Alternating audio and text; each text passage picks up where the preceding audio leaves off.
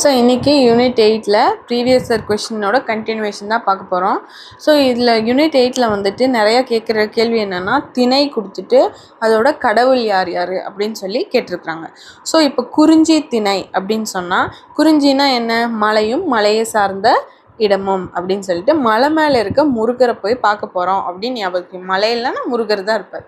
So குறிஞ்சியோட கடவுள் யார்? முருகர். முல்லைனா என்ன? காடும் காடை சார்ந்த இடமும். அப்போது உங்கள் காட்டில் வந்துட்டு ஒரு மாயாவி அரக்கி இருக்கா அப்படின்னு சொல்லி ஞாபகம் வச்சுக்கணும். மாயவன்னா யார்? பெருமாள். ஸோ மருதம்னா எப்படி ஞாபகம் வச்சுன்னா, மருந்து தான் ஈஸியாக ஞாபகம் வச்சுக்கிறக்குள்ளோ. ஸோ மருந்து இப்படி ஊற்றினோன்னே வந்துருச்சு அப்படின்னு சொல்லி ஞாபகம் வச்சுக்கணும். இந்திரன்.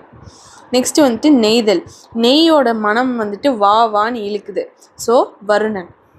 அப்புறம் பாலையில் வந்துட்டு யாருமே இருக்க மாட்டாங்க. ஸோ எல்லாருமே காலியாக இருப்பாங்க. காலியாக இருந்து என்ன பண்ணுவாங்க? கொட்டிகிட்டே இருப்பாங்க. கொற்றவை. ஸோ இது உங்களுக்கு ஈஸியாக இருக்கும்னு நினைக்கிறேன். ஸோ இன்னொரு கொஷின், இந்த ஸ்டோரியை மட்டும் ஃபஸ்ட்டு கேளுங்க, அதுக்கப்புறம் நான் என்ன கொஷின்னு சொல்கிறேன். அப்போது ஒரு சங்கத்தில் வந்துட்டு 400 பேர் இருக்காங்க. 400 பேருமே அடல்ட்ஸு. ஸோ அவங்கெல்லாம் என்ன பண்ணுறாங்கன்னா, ஒரு மேரேஜ் பண்ணி வைக்கிறாங்க. அதுவும் மேனர்ஸோட, நல்லா ஒழுக்கத்தோட மேரேஜ் பண்ணி வைக்கிறாங்க. ஸோ இப்போது கொஷின் என்னன்னு பார்த்தோன்னா, மேரேஜ் மேனர்ஸ் பற்றி சங்க காலத்தில் எந்த புக்கை பற்றி, சங்ககால பீப்புளோட மேரேஜ் மேனர்ஸ் பற்றி எந்த புக் சொல்லுது அப்படிங்கிறது.